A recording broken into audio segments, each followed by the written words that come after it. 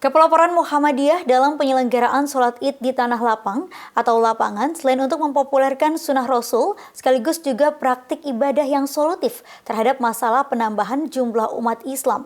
Hal itu disampaikan oleh pemerhati sejarah Muhammadiyah dan dosen vokasi UGM, Gifari Yuristiadi, Masyhari Makasi berikut ini.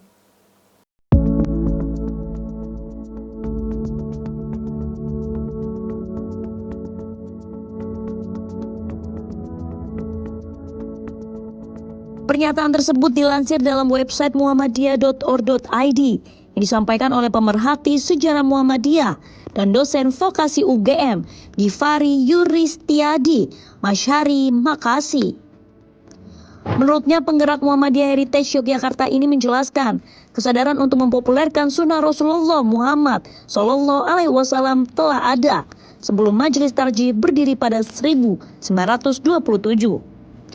Salah satu yang dikenalkan oleh Muhammadiyah pada saat itu adalah menyelenggarakan sholat Idul Fitri di tanah lapang.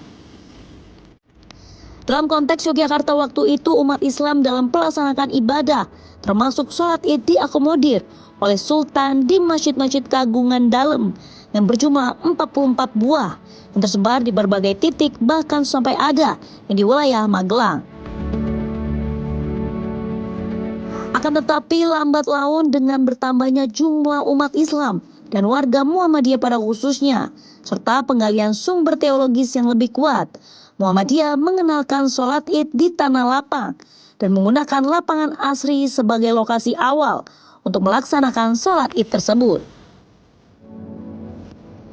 Lapangan asri memiliki akronim dari bahasa Jawa yaitu Adeging Sholat Riyaya ing Islam, atau inilah tempat sholat Hari Raya Islam.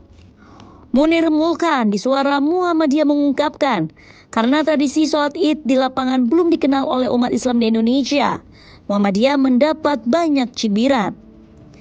Namun sekarang pemopuleran sunnah yang dilakukan oleh Muhammadiyah ini mendapat respon baik dari seluruh umat Islam, ditambah lagi dengan jumlah umat yang terus bertambah.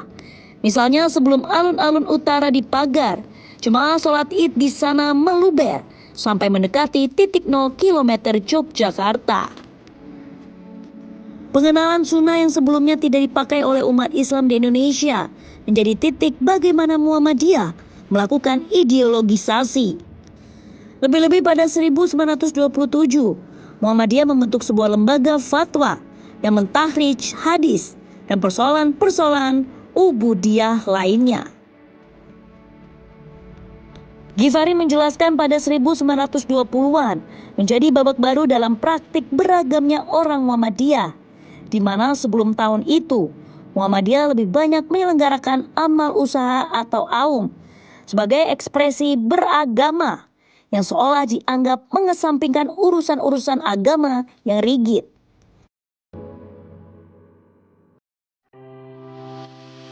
Berdirinya aum seperti sekolah, rumah sakit, panti sosial, dan rumah yatim menurut Gifari merupakan esensi besar dari ajaran Islam.